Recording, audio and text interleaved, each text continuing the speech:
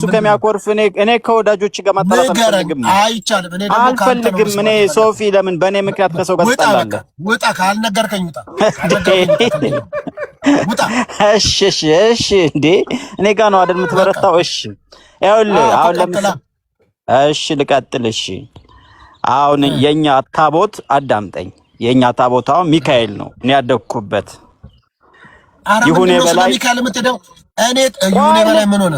መግቢያው ነው እኮ እስኪ ስቴፒንግ ስቶን ይባላል እኮ። ይኸውልህ ወደ አንድ አርጊውመንት ከመግባት በፊት you have to አንዳንዴ ይኸውልህ ስፕሪንግ ቦርድ የሚባል ነገር እኮ አለ። ተው እንጂ ሁሉን ነገር እንዴት ብዬ አስረድቼ እችላለሁ?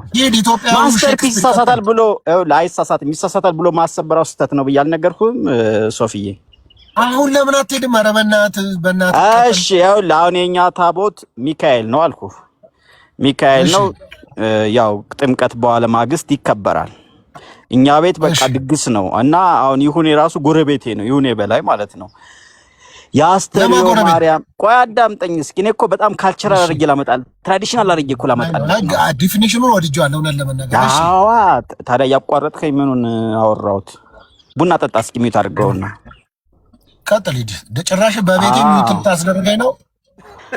የዘገሊላ አለት ኖ ልል የፈለኩኝ የዘገሊላ አለት ነይልኝ በኔ ሞት የአስተርዮ ማርያም እመጣለሁ እኔ ማለት አየው ቅርብ ናቸው። ዘገሊላ እንግዲህ ተመልከት ውሃውን ወደ ወይን ጠጅ የቀየረበት ነው። ታላቅ በዓል ነው። ሚካኤል በዓል ነው። አየህ ከዛሳ የአስተርዮ ማርያም ደግሞ አፍተር 2 ዊክስ ደግሞ እሱ ሊሄድ ነው። የት የሚወዳት ልጅ ጋር አስተርዮ ማርያም ማለት እንግዲህ ታውቃለህ አይደለ? እመቤታችን እንግዲህ ያረገችበት ቀን ነው። እና ይሄንን ያህል ካልኩ እዚህ ደግሞ በማዕከላችን አውደ ወንጌል ስላሉ አንተ ምንም የምታውቀው ነገር የለም። አንተ የቤተ ክርስቲያናን አስተምሮ ሳይሆን የይሁኔ በላይን ዘፈን ነው የምታውቀው። እሺ በቃ እሺ። አሁን አውደ ደግሞ ይቀጥሉ። ታላቅ እኔ ታላቁ እያለሁ እኔ ምን አንጠለጥ ጦለኝ ብዬ ነው እንጂ ማውቀው እናገራለሁ። ግድ የለም ታላላቆች እንዴት ዋላችሁ? እንደየሰዓታችሁ አቆጣጠር ቤተሰቦቼ የኔ ጀግና ድንቅ ወንድም ሶፊ፣ አረ እየጠጣ በጣም እየተወደድክ ውድ እየሆንክ ነው። በሰላም ነው? ጠፋ። እውነት ነው። ኬኩን ትንሽ ላስደንግጠው ብዬ ነው የገባው። ያው አንተን እንኳን እንግዲህ ያው ናፍቀኛል፣ ሰላም አልኩ። ኬኩን ግን ማስደንገጥ ፈልጌ ነው የገባው። ምን ብለሽ ነው የምታስደነግጪው? እየሰደበኝ ነው አኬኩ። ኬኩ አይሳደብም፣ ሊሰድብሽም አይችልም። ለሱ እንደዚህ አይኔን ጨፍኜ ጆሮዬን ደፍኜ ኬኩ አይሳደብም እላለሁ። ኬኩ ሊሞግት ይችላል። እኔን እኮ ይሞግተኛል ኬኩ እኮ አንተ ልክ አይደለም ብሎ እኔና እሱ እኮ ማንስማማበት ማንግባባበት ማአት ምክንያት አለን እኮ። አመክንዮ ያመጣል፣ እንነጋገርን። ስድብ ምን አመጣው? ስድብ ምንም ካፋችሁ በጎ እንጂ ክፉ ቃላት አይውጣ ነው የሚለው። መጥፎውን ወይም ክፉን በመልካም አሸንፍ እንጂ በክፉ አትሸነፍ ነው የሚለው መጽሐፍ። ስለዚህ ያንን ደግሞ ያውቃል። ስለዚህ እንደሱ አይመስለኝም። እኔ ኬኩን ይሳደባል ብዬ እዚህ ሶሻል ሚዲያ ላይ ካሉ ሰዎች በፍጹም አልቀበልም። እኔ እንሙሻ አንቺ ተዋሻለሽ እያልኩ ሳይሆን አለመረዳት ሊሆን ይችላል ነው። ወንድም አለም ትክክል ነህ። አይ በመሰረቱ መሞገቻ ሀሳብን አምጥቶ ሰው ሲሞግት የጭንቅላቱን ስፋት የምትገምትበት ነው፣ ምሁር መሆኑን ነው። መሞገቻ ሀሳብ አንስቶ ሰው ከሞገተ ያ ሰው ምሁር ነው። ምክንያቱም በእናንተ ሙግት ፍትጊያ መሃል ብዙ የሚማር ደግሞ ትንንሽ ሰው ስላለ። እሺ አንቺ አሁን አስተርዮ ማርያም ምን ማለት እንደሆነ ታውቂያለሽ? አስተርዮ ማርያም እኔ አሁን አንድ ነገር ልንገርህ ሶፊዬ፣ በቤተ ክርስቲያን አስተምሮ ጣልቃ መግባት አልፈልግም። ምክንያቱም እኔ ማውቃትን እየተዋህዶ በራሴ ነው ይዣት መቀጠል እንጂ ወንጌል ብዙ ስለማላቅ በጣም ድልድል ውስጥ ጠለቅ ብሎ ከሚያውቁ አባቶች ጋር ብትነጋገርበት በዚህ ጉዳይ እኔ አሁን የተጠየኩሽን ነው የጠየኩሽ መልሽ። ስለ አስተርዮ ማርያም ታውቂያለሽ ወይ? ስለ አስተርዮ ማርያም ዲቴል ጠለቅ ብዬ ማውቀው ነገር ስለሌለ አልመልስልም። ትልቅ እንዲመልሱልን የምፈልግ። ከዛ ውጭ ግን የረፍቷ ቀን ነው ብያለሁ እኔ እኮ ቅድም የእመቤታችን ያው አስተርዮ ግን መገለጥ ማለት ነው። አንተ ግን እኔ መገለጥ ሪቪሌሽን ማለት ነው። አይ ካንቲባው ደሜን እያፈላው ነው። ቅድም ያረገችበት ቀን ነው ትላለህ። አሁን ደግሞ አንዴ ያረፈችበት ቀን ነው እኮ። አሁን ደግሞ መልሰ ያረፈችበት ትላለህ አንተ። መጨረሻ እንደ ግጥም ነው እንደምታነበው። አረፈችና አረገች እኮ ተመታቶብሃል እንዴ?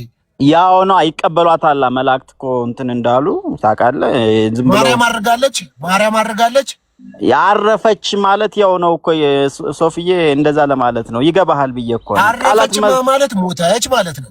ሞተች እኮ እንደዛ ነው። ያው ወደ ላይ አይደል የምታርግ ነፍሷ። ታዲያ እንደ እንስሳት ነፍስ እንትን አይል ታውቃለህ። አንድ ጊዜ ልመልስና ልውረድልህ ለሶፊ ለጠየቀኝ አንድ ነገር ልንገርህ። አንድ ነገር የምነግርህ አረገች ማለት ሰው ከነስጋው ሲያርግ ሲሄድ ሳይቀበር ሲቀር ነው። ሞተች ወይም ደግሞ አረፈች የሚባለው ሰው በስጋ እዚህ ምድር ላይ ይሞታል፣ ይቀበራል፣ ነፍሱ ግን ወደ አምላኩ ይሄዳል ማለት ነው። አማርኛ አላስተምርህ እንዴ እንደገና አንተን ከንቲባው?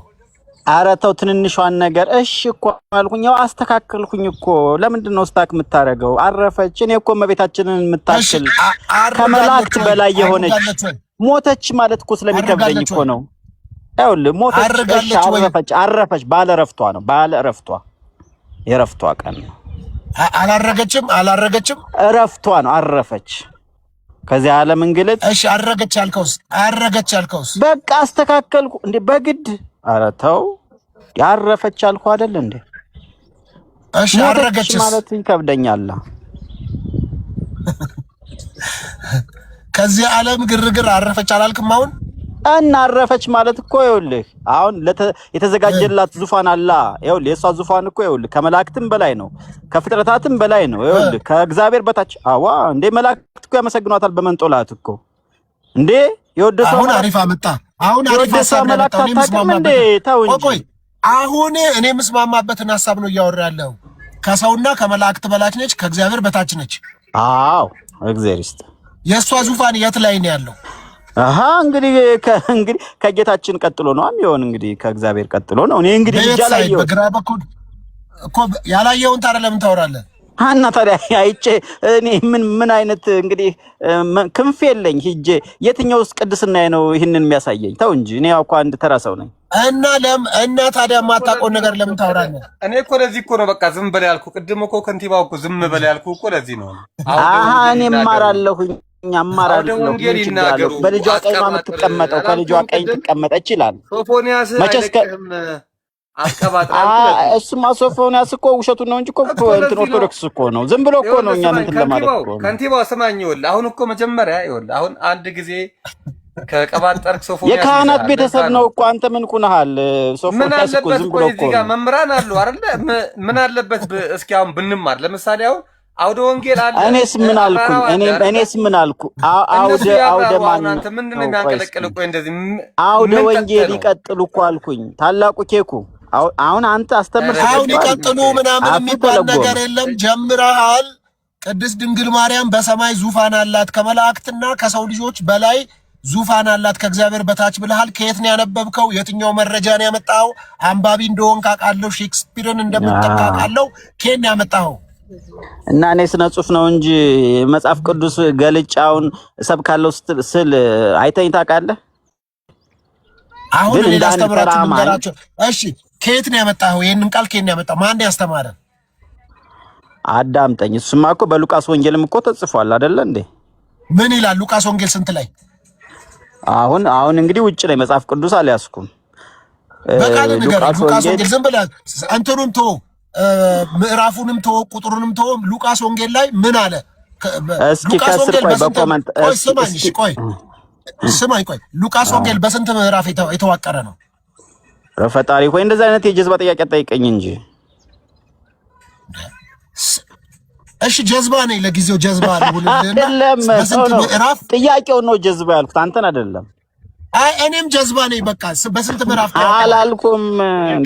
ከንቲባው አይ ቃል አሳምር ቃል በጣም ትክክል አይደለም የምትጠቀመውን ቃል በአራት እያለ ነው ወንድሜ።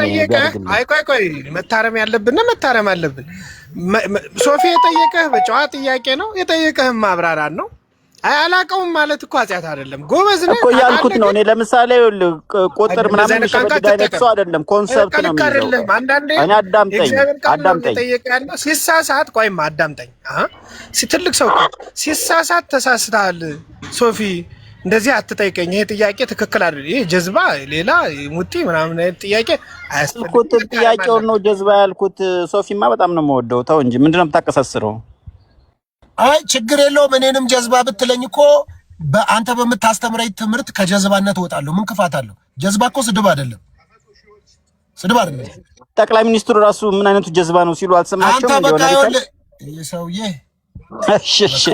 ስርዓት ስለሌለ ሁለተኛ እኔ ጋር እንዳመጣ ብሎክ ተደርጋል። ከዚህ በኋላ እዚህ ጋር ጠቅላይ ሚኒስትርን የምታነሳበት ጀዝባ ማለት በቃ አንተ ነህ እንግዲህ። ከዚህ በኋላ ማን እንትና ይሄ ጨዋታ ነው የምንጫወተው። እዚህ መጣ ጠቅላይ ሚኒስትር ምናምን አትበለው። እዛ በቃ እኔ እንዲህ አይነት ይሄ እንዲህ አይነት ሰው እኮ ነው በቃ። አንዳንዱ ድል ስትሰጡት ስታቀርቡት ምናምን ስትሉት እንደ ቢጫ ወባ አናታችሁ ላይ ልውጣ ይላል እና ይሄ ነውር ነው፣ ልክም አይደለም። ማታውቀውን ነገር አላቅም ማለት ለነገሩ እዛ በቀደም ዛምቢያ ነበርኩና ዛምቢያው ስትሄዱ ዛምቢያውያን መንገድ ስትጠይቋቸው ለምሳሌ እንደኛ ሰፈር ወደ ጀሞ በዚህ ጋር ነው ስትሉት አዎ በዚህ ጋር ነው ይላል። ወደ ፒያሳ እኮ ነው መንገዱ እሱ የሚያሳያችሁ። ዛምቢያውያን አላቅም ማለት አይወዱም እና የመጨረሻ ጨዋ ዛምቢያዊ ካገኛችሁ እኔም አንተም አታውቅም ሁለታችንም አናቅም ነው እንጂ የሚለው አንተ ታውቃለህ እኔ አላቅም የሚል ዛምቢያዊ አታገኝም። ኢትዮጵያዊ ግን የማያውቀውን አላቅም አንተ ከኔ ትሻላለህ ምናምን የሚል ኢትዮጵያዊ ነው ያለው። ከኛ መማር አለባቸው ዛምቢያውያን እና እንትን መሆን አለብን። ቡርኪና ፋሶም እንደዚህ ገጥሞኛል። ቡርኪና ፋሶዎችም ልክ እንደኛ ናቸው፣ እንደ ዛምቢያውያን ናቸው። አላቅም አያውቁም፣ ሁሉን ነገር አዋቂ ናቸው። መንገድ ስጠይቃቸው ያውቃሉ። ስለ ዶክተርና ስለ መድኃኒት ስጠይቃቸው ያውቃሉ። ስለ መጽሐፍ ቅዱስ ስጠይቃቸው ያውቃሉ። በቃ ያውቃሉ። እና እኛ ኢትዮጵያውያን ግን ጨዋዎች የማናውቀውን አናውቅም ነው የምንለው። በዛ በጣም ደስ ይለኛል። በጣም አመሰግናለሁ። አውደ ወንጌል ንገሩን እስቲ። ስለ አስተርየ ነው የተነሳውና እስቲ ንገሩን።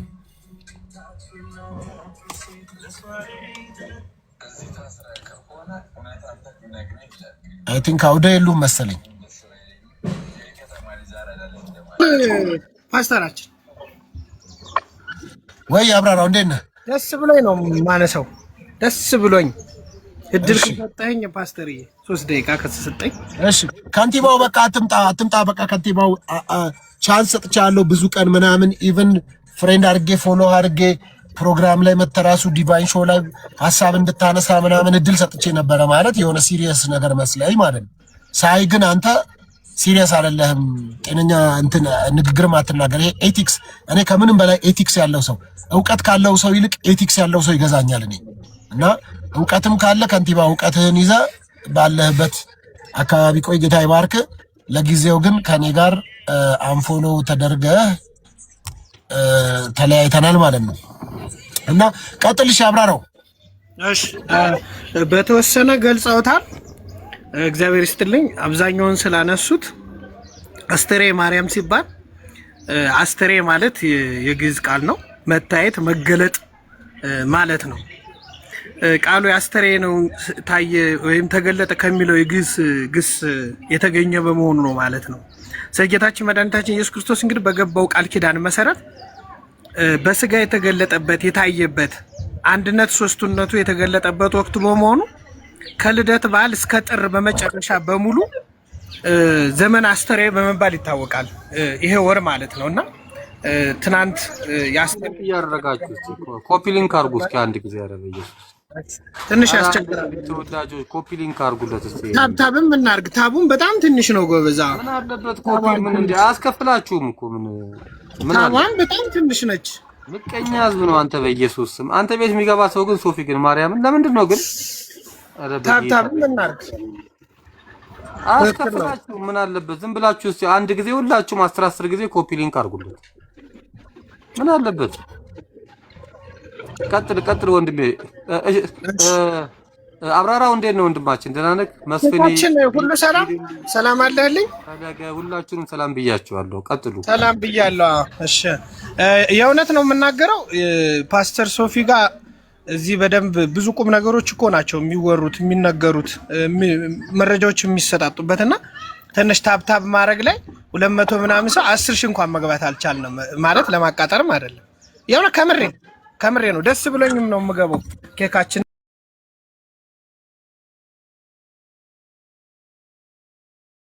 ማርያም የአምላክ እናት ሆና ማረፏን ይደንቃል። እዚህ ላይ ይሄንን መነሻ አድርጎ አስተርየ ማርያም ሲባል ሰው አብዛኛውን ጊዜ ግራ ይጋባል። እሺ ከመጽሐፍ ቅዱስ ጋር ግን አገናኘው። ቅድም ያልከው ከአምላክ ጋር የተያያዘ ነበር። አሁን ደግሞ ወደ ቅድስት ድንግል ማርያም አመጣው ሐሳቡንና አስታርቀው እስቲ ከመጽሐፍ ቅዱስ ጋር።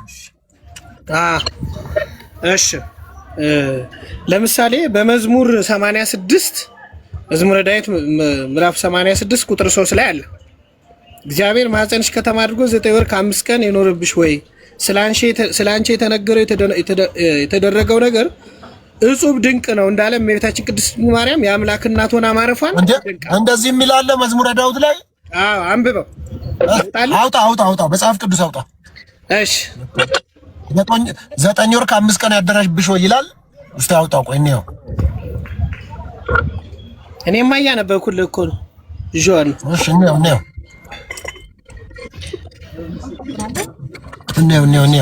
መዝሙር አውጣው አንተ ዘከው ነው መጽሐፍ ቅዱስ ሳውጣ ላይ ባይብል መዝሙር 3 ነው ያልከው? ኖ 86 መዝሙር 86 ምዕራፍ 86 ቁጥር 3 ላይ 86 ቁጥር 3 ላይ ጀምሮ ያለው ማየት እንችላለን።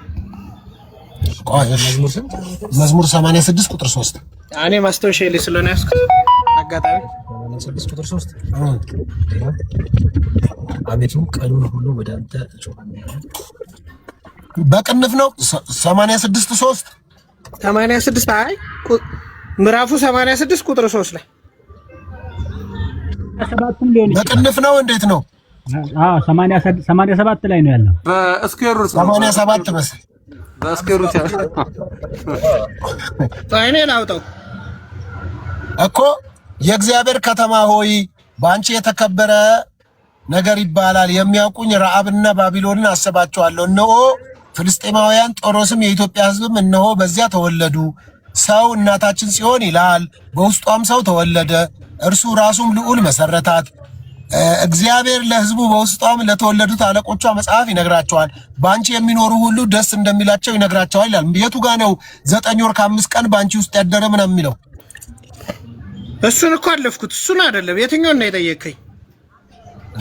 እሱ ሌላ ነው። ይኸውልህ አላዳመጥከኝም ማለት ነው ሶፊ። እሱን ያልኩት ይኸውልህ ይሄን ያልኩህ የእመቤታችን የቅድስት ድንግል ማርያም ማኅፀንሽ ከተማ አድርጎ የሚለው እሱ ሞተ ለማርያም የእጹበ ለኩሉ የሚለው ላይ ነው ያነሳውልህ። ይሄ ላይኛው ግን ያነሳውልህ አንተ ጋር ላይኖር ይችላል። መጽሐፉ ላይኖር ይችላል። መጽሐፍ ቅዱስ ላይ ሳይሆን ከሱኛው አንተ ካያስከው መጽሐፍ ቅዱስ ላይ ሳይሆን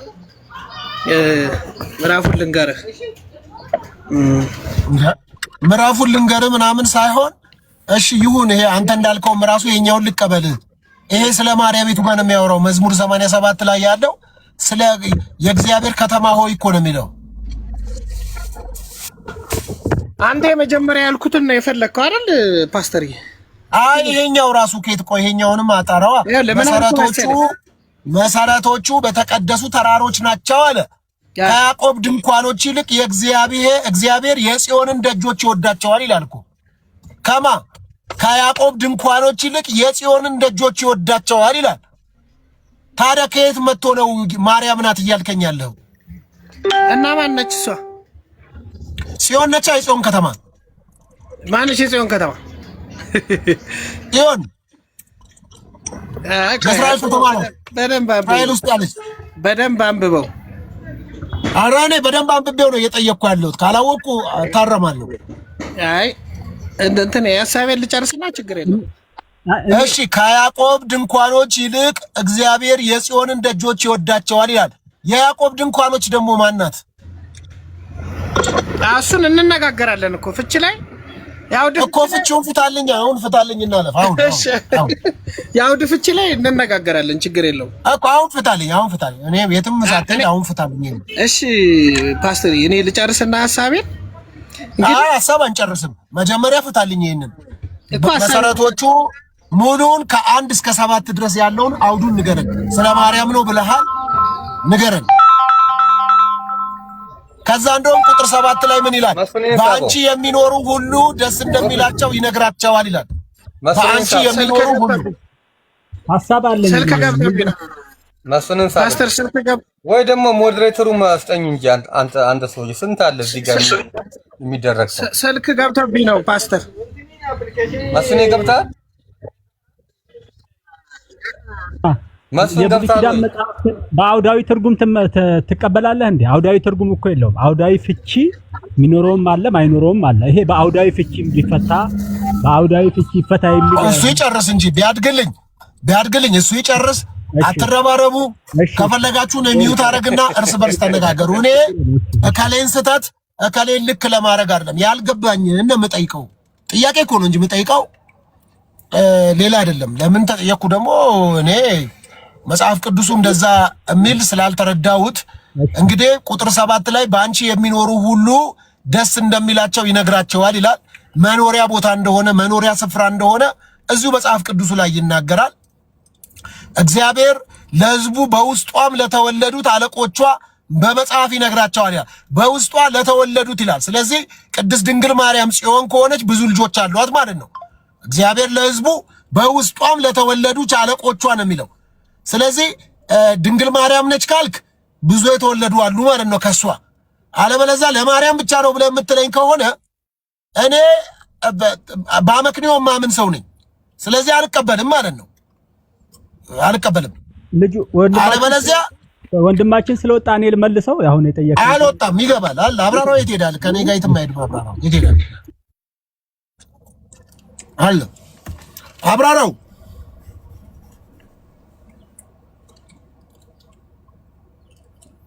አብራራው የገባ አስቸግረኝ ፓስተር ይቅርታ።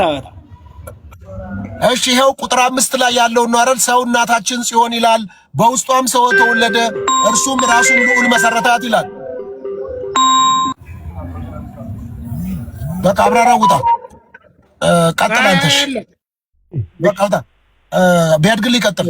እሺ አመሰግናለሁ። እና ምንድነው አሁን ለጠየቀው ጥያቄ ምንድነው እንዲህ ከላይ ጀምረን አውዱን ይዘን በአውዱ መሰረት ይፈታልኝ ከሆነ የብሉይ ኪዳን መጽሐፍት አብዛኞቹ የትንቢት መጽሐፍት በቃ ሽቶቹ አውዱን በቃ ተው፣ አውዱን ተውና ከቁጥር 1 እስከ 7 ድረስ ያለው ለቅድስት ድንግል ማርያም የተነገረ ቃል ነው።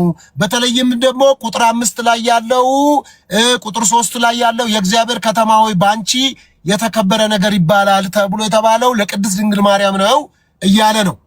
ይሄን ትስማማለህ? በሱ ሐሳብ ፍጻሜው አሁን የእግዚአብሔር ከተማ ተብላ እመቤታ አሁን የጠየኩን የሱን ሐሳብ ልቀጥል ነው። አብራራው እንዲህ ነው እያለ ያለው ይሄን ሐሳብ ትገዛዋለህ ወይ?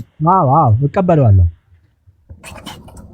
ጽዮን ተብላ የተጠራችው ቅድስት ድንግል ማርያም ነች ብለህ ትገዛዋለህ? ይሄን ሐሳብ ብቻ ብዬ አይደለም ለድንግል ቆይ ብቻ ብዬ አይደለም። አሁን በዚህ በመዝሙር 87 በመዝሙር 87 ሐሳብ ጽዮን ማለት ማርያም ናት። ማርያምንም ይተካል። ማርያምንም ይተካል አትበል። አንድ ምረጥ፣ ሁለት ነገር አትምረጥ። እንግዲህ አንድ ምረጥ። መዝሙር 87 ለቅድስት ድንግል ማርያም የተነገረ ነው። ጽዮን ሲላት የጠራት ይሄ መጽሐፍ ማርያምን ነው ብለህ ታምናለህ ወይ?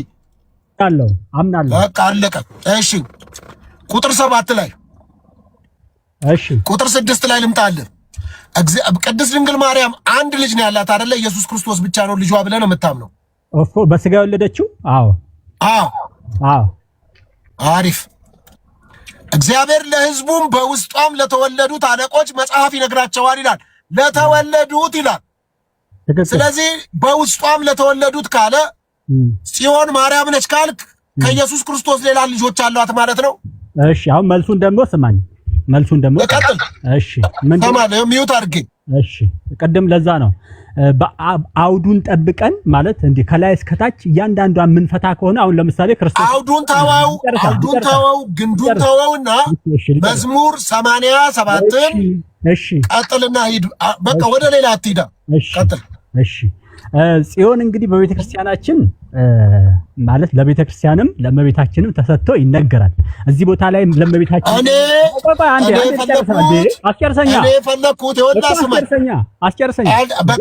እኔ የፈለኩት መዝሙር ሰዓት አትፍጅብኛ። መዝሙር 87 ስለ ቅድስት ድንግል ማርያም ነው የሚያወራው ብለሃል። ይሄንን በልስ እኮ ልመልስ እኮ ነው። አዎ ይሄው በውስጧ ለተወለዱ በውስጧ ለቤተክርስቲያን እንደ ቤተክርስቲያን ልጅነት በውስጧ የተወለድን እኛ ክርስቲያኖች በውስጧ የተወለዱ ተብሎ ይነገራል። ለኛ አዎ ለኛ ለሁላችን ለክርስቲያኖች የጌታ እናታችን እንደመሆኗ እናታቸው ልጆቿ ነን እኛ። ለዚህ ለግድ በስጋ ወለደቻቸው ማለትም አይደለም። አሁን በስጋ ብለህ እየተረዳኸው ያለው አንተ ነህ። አንደኛ ይሄ ነው። ሁለተኛ እንድትሰማኝ የምፈልገው በአውዱ ከሆነ እያንዳንዷን በአውዱ ከሆነ ጌታችን ኢየሱስ ክርስቶስ ስለ ጌታችን ኢየሱስ ክርስቶስ የተነገረውን ሄደን ስናይ ጌታችን ኢየሱስ ክርስቶስ ጣዖት አምላኪ ያደርገዋል። እንዳንተ የመጽሐፍ ቅዱስ ትርጉም የቱ ጋር ካልከኝ ይሄው ትንቢተ ሆሴዕ ላይ ወስጄ አሳይሃለሁ። ምዕራፍ 1 ቁጥር 11 ላይ እኔ አሁን ሆሴዕ የሚዳል አልኩህም። እኔ የፈታሁትም ነገር የለም። እኔ ፈትቼ ምን አልኩኝ? እኔ ምንም የፈታሁት ነገር የለም። እስቲ ኬኮ አለ፣ መስፍኔ አለ፣ ፈለጋ አለ፣ ኡስማን አለ፣ መስፍኔ ሳውዝ አፍሪካ አለ፣ ቲክቶክ አለ። እኔ አልፈታሁትም። እናንተ እንዴት ነው የምትገልጠው አንተ ብዬ ነው የጠየቅኩ። አንተ እንደፈታው እኮ እሱን ላብራራለህ ስል እኮ እምቢ አልከኝ እኮ። እቺን ብቻችን ምን ትለኛለህ? እኔ መች ፈታው? ይኸውልህ አንተ ፈታህ አላልኩም። በደንብ ስማኝ። አብራራ አልኩህ እኮ። በቃ ቁጥር 3 እና እኮ ልነግርህ እኮ ነው። በትንቢት መጽሐፍ የግድ እያንዳንዱን አውድ እያንዳንዱን መስመር ይዘን አንፈታም። እያንዳንዱን መስመር ይዘን እንድንፈታ እየፈለግኩ ከዛ ደግሞ ይሄንንም ፍታው አንድ ላይ በአንቺ የሚኖሩ ሁሉ ደስ እንደሚላቸው ይነግራቸዋል ይላል። ማርያም መኖሪያ መሆኗንም ትነግረኛለህ። ቀጥል። ቁጥር 3 ቁጥር 6 እና ቁጥር 7ን አንድ ላይ አውራው እኮ። አሁን እኮ ልታስወራኝ አልቻልክም። ምንድነው ልታስወራኝ ያልቻልከው መሰለ? የትንቢት መጽሐፍት እንዴት ተደርጎ እንደሚፈታ እኮ ልነግርህ ነው። የትንቢት መጽሐፍት እንዴት እንደሚፈታ መጀመሪያ እሱን ካልተረዳ እኔ አልፈለኩም። የትንቢትን መጽሐፍ እንዴት እንደሚፈታ እሱን ካልተረዳህና ኮሌጅ ላይ ኮርስ ወስደህ ታስተምርበታለህ። እኔ አይመለከተኝም። እኔ እዚህ ጋር ለመግለጥ የፈለኩት ምን መሰለህ? ወንድሜ በቅንነት ስማኝ። እኔ እያልኩ ያለሁት መጽሐፍትን ስንፈታ የራሱ የአፈታት አውድ አለው። አንድ መስመር ብቻ ተወስዳ ከትንቢት መጽሐፍት ወይም ደግሞ ከብሉይ ኪዳን መጽሐፍት አንድ መስመር ብቻ ተወስዳ ትፈታለች። ለምሳሌ አልኩ እኮ ማቴዎስን ብትወስድ ስለ ጌታችን ኢየሱስ ክርስቶስ ሲናገር ልጄን ከግብጽ ይጠሩታል ያለውን ቃል እዛ ቦታ ላይ ሄደን ሆሴዕ ላይ ሄደን እዛ ትንቢቱ ላይ ሄደን ስናይ ለጣዖት የተነገረ ነው የሚመስል። አሁን አንተ በምትለይ መንገድ ካየነው እኔ የፈለኩት አሁን ላቆም ነው። ቢያድግልኝ ካንተ ጋር ወሬ ላቆም ነው።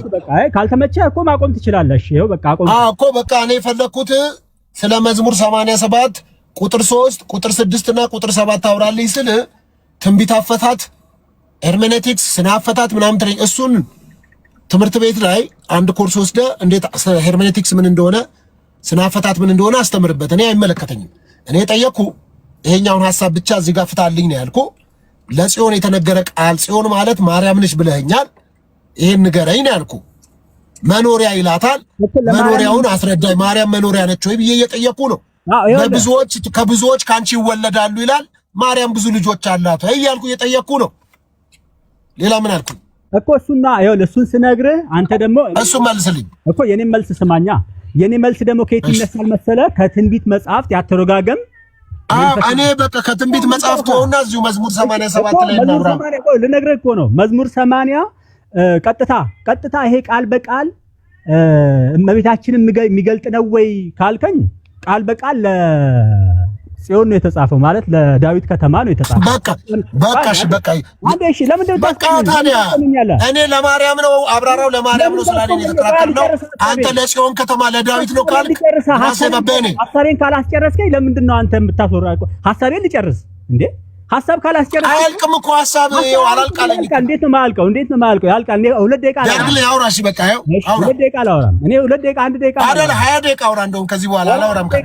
1 ደቂቃ አላወራም። እግዚአብሔር ምስክሬ። ይኸውልህ ይሄ ቦታ ቃል በቃል እዚህ በግልጽ በጋድ እዚህ ጋር እንትኑ ይሄ ቀለሙን ይዘን ይሄ ቦታ ስለ ጽዮን ስለ ዳዊት ከተማ ነው የሚያወራ? አዎ እንደዛ ነው የሚያወራው። ልክ ነህ። ለማርያምስ ለምንድን ነው የሚነገር? ለማርያም ይነገራል? አዎ ለማርያም ይነገራል። ለምን? ፍጻሜው ለማርያም ነው ተብሎ በቤተክርስቲያን ይተረጎማል።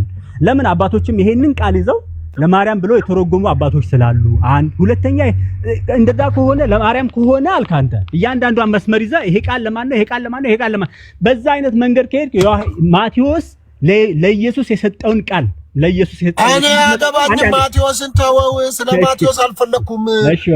እሺ በቃ ካልፈለክ እሺ በቃ ይሄው ነው። ለማንኛውም ስለ ማቴዎስ አልፈለኩም።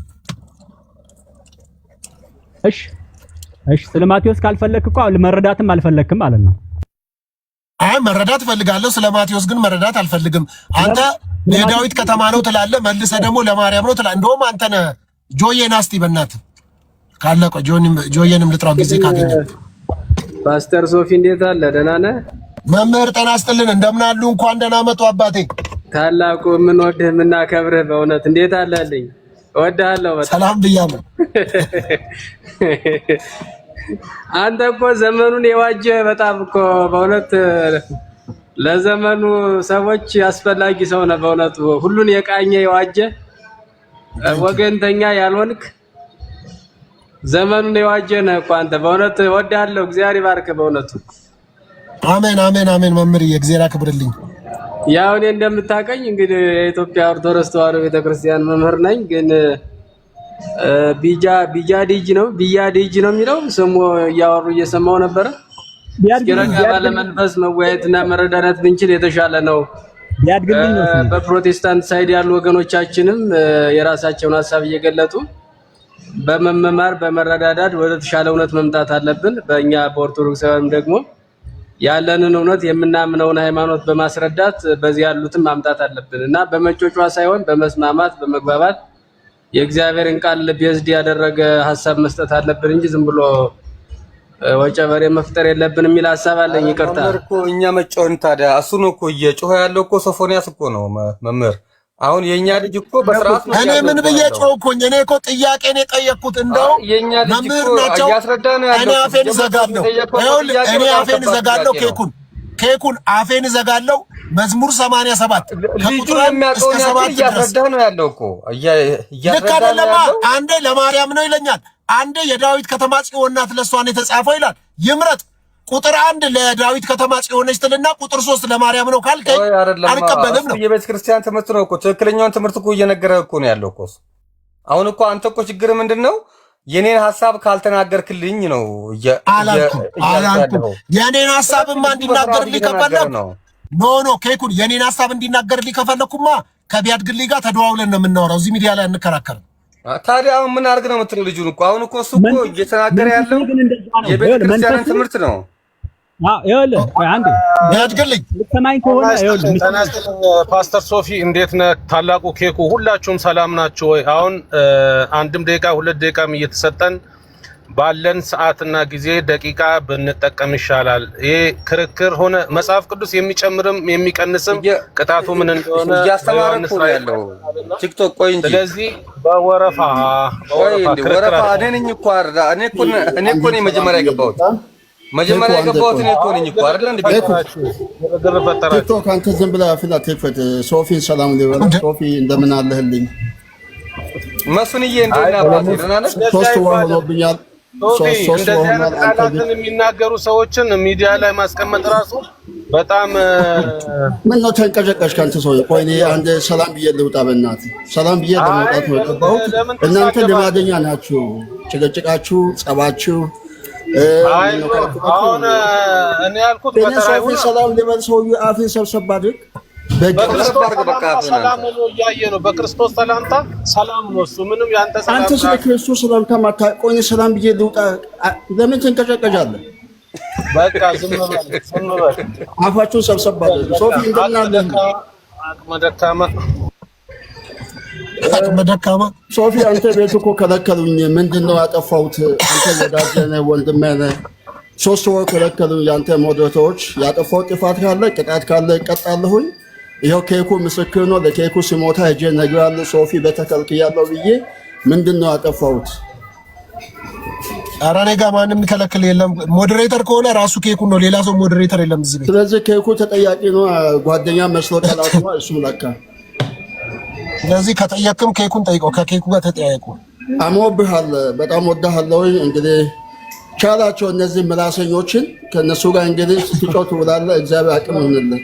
እጸልይልሃለሁ በጸሎት። አሜን አሜን። ጸልይ።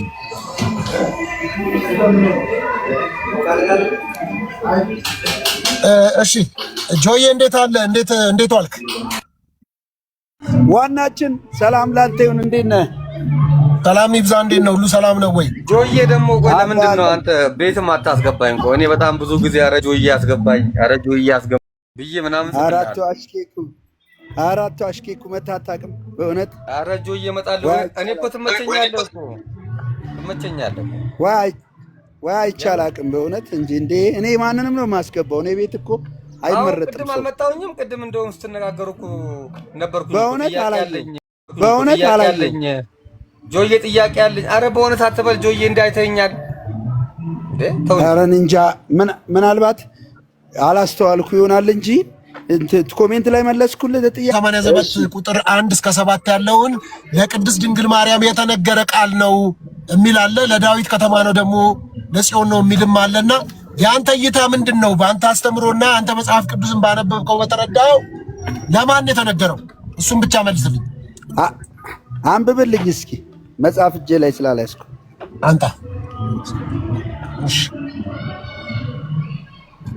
እሺ በጌታ በኢየሱስ ክርስቶስ ስም አነባለሁ። መዝሙር 87 ከቁጥር 1 ጀምሮ። መሰረቶቹ በተቀደሱ ተራሮች ናቸው፣ ከያዕቆብ ድንኳን ይልቅ እግዚአብሔር የጽዮንን ደጆች ይወዳቸዋል። የእግዚአብሔር ከተማ ሆይ በአንቺ የተከበረ ነገር ይባላል። የሚያውቁኝን ረዓብንና ባቢሎንን አስባቸዋለሁ። እነሆ ፍልስጤማውያንም ጢሮስም የኢትዮጵያም ሕዝብ እነዚህ በዚያ ተወለዱ። ሰው እናታችን ጽዮን ይላል፣ በውስጧም ሰው ተወለደ፣ እርሱም ራሱም ልዑል መሰረታል። እግዚአብሔር ለሕዝቡ በውስጧም ለተወለዱት አለቆቿ መጽሐፍ ይነግራቸዋል። በአንቺ የሚኖሩ ሁሉ ደስ እንደሚላቸው ይነግራቸዋል ብሎ ቁጥር 7 ይዘጋዋል። በቃ ይሄ የታላቁ ንጉሥ የክርስቶስ ከተማ ናት። የክርስቶስ ከተማ ደግሞ ቤተ ክርስቲያን ናት እና እዛ ላይ አይተህ ከሆነ ሰማያዊቱ አዲስቱን ከተማ ወይም አዲሱን ኪዳን ጳውሎስ ምን ይላል? ሰው እናታችን ጽዮን ይላል። ስለዚህ እኛ የላኛይቱ የጨዋይቱ ልጆች ነን በሚለው በገላትያ ላይ ተርጉሞታል ጳውሎስ። ይሄ ቦታ ተተርጉሟል በጳውሎስ ማለት ነው እንጂ ለማርያም ለግለሰብ አይደለም፣ ለአንድ ግለሰብ ምናምን የተነገረ አይደለም።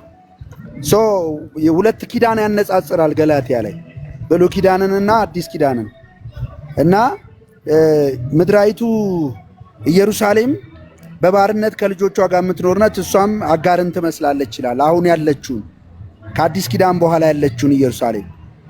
እችኛዋ ግን ቺ ሰማይቱ ሀገራችን ናት። እሷም እናታችን የምንላት ሰው እናታችን ጽዮን ይላል ተብሏልና እኛ የጨዋይቱ ልጆች ነን ብሎ አዲስ ሰማይ አዲስ ምድር በሰማይ ስፍራ የተቀመጥንባትንና ታላቁ ንጉሥ ክርስቶስ ኢየሱስ ዳዊት ምሳሌ የሆነበት በጽዮን ተራራ ላይ በጉ ቆሞ ይታያል የተባለባት ሰማይቱ ሀገር ናት እና የሰማይቱ ሀገር ሕግ ደግሞ የአዲሱ ኪዳን በጸጋ የዳንበት ሕግ ነው ማለት ነው።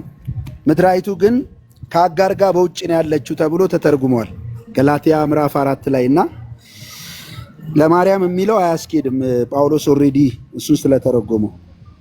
ኦኬ ጥያቄ ያው ቢያድግልኝ ወይም አብራራ መነጋገር ትችላላችሁ ከጆዬ ጋር። ልክ ነው። በጣም መነጋገር በመጀመሪያ አንዴ አብራራው አንዴ እኔ ነኝ የተፈቀደልኝና አሁን ምንድነው ሶፎንያስ ያልተረ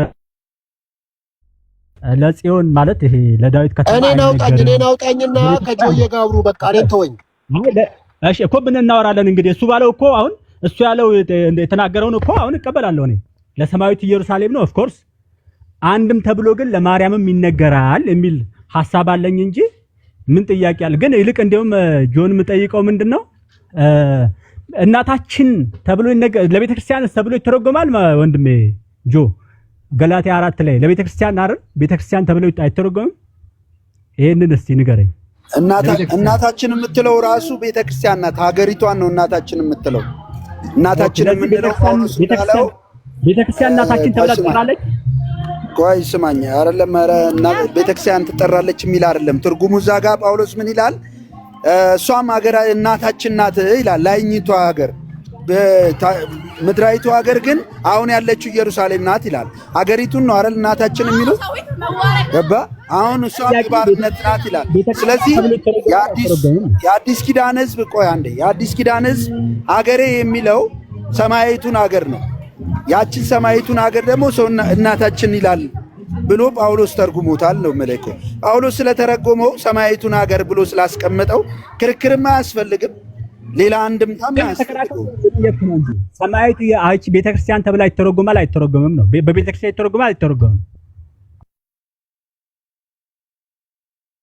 እኮ ነገርኩ እኮ ምንም ክሊር ነው። እዛ ጋር ገላትያ ላይ ሄደ ባይድግልኝ ማየት ትችላለህ። ለማርያም የሚለው አሁን አያስኬድም።